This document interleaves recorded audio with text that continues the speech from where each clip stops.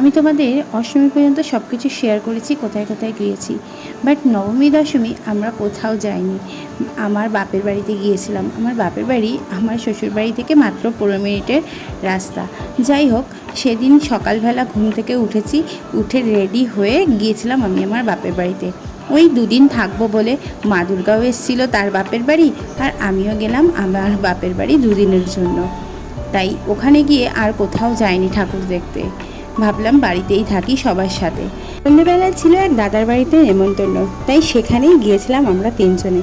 তারপর আবারও বাপের বাড়ি চলে এসেছিলাম। আর দশমীতে কিছুই করিনি, রান্নাবান্না করে সবাইকে খাওয়াবো বলে রান্না করছিলাম।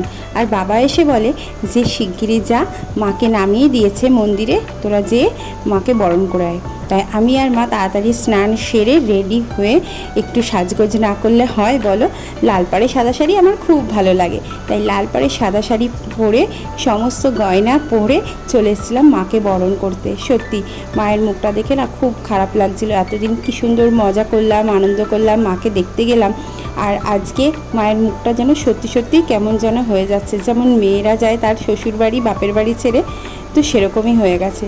যাই হোক, মাকে তো যেতেই হবে, কারণ মা কতদিনই বা বাপের বাড়ি থাকবে, আমরা তো আর তাকে রাখতে পারি না, তাই না? তারপরে মা আর আমি দুইজনে দেখো বরণ করে নিয়েছি।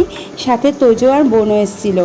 ও তোজোর বইটা দিয়ে বললাম একটু মায়ের পায়ে ঠেকিয়ে দে, আর আমাকে বোনকে বললাম একটু ভিডিও করে দে, আর সবাইকে একটু সিঁদুর দিয়ে দিলাম, মাকেও একটু সিঁদুর করে দিলাম। কেমন লাগলো ভিডিওটি অবশ্যই জানিও।